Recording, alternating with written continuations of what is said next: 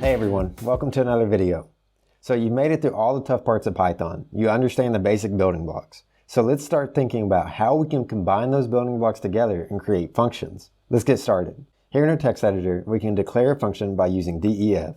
Now we use the name of the function that we want. So let's say that we're creating a function that adds 2.6 to any value that we pass it. We'll say add 2.6 and then put parentheses after it. Now we need to pass in the parameters that we want this function to have. Since we just want to take in a number, that means we can just assign any variable that we want here. Let's say x. Now we'll end the function with a colon. Underneath it, we need to make the action of the function. So we want to add 2.6 to any number passed to our function. We'll say result, so we're creating a new variable, is equal to x plus 2.6. Now we want to print result. So this seems like a very basic example, but we can do a lot with functions here. There's a few important things that we need to talk about. A function always starts lowercase and it follows the same naming convention as a variable.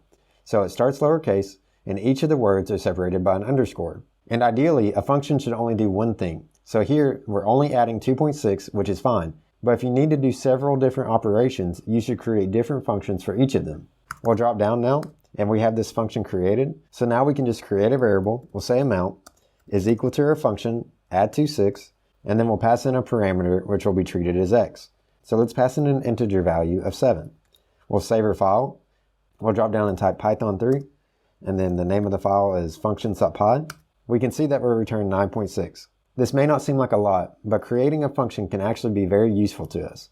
Here, we just use one line of code when before we would need two. We would need to add 2.6 and then print the result.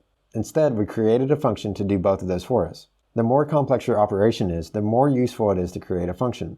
So instead of just adding 2.6, let's say we needed to add 2.6 and then divide it by 5.5. And now we start to see just how powerful a Python function is. We see that we can start creating Python functions that automate processes that we do repeatedly. In the next video, we'll talk about how we can take this even farther and start creating class objects.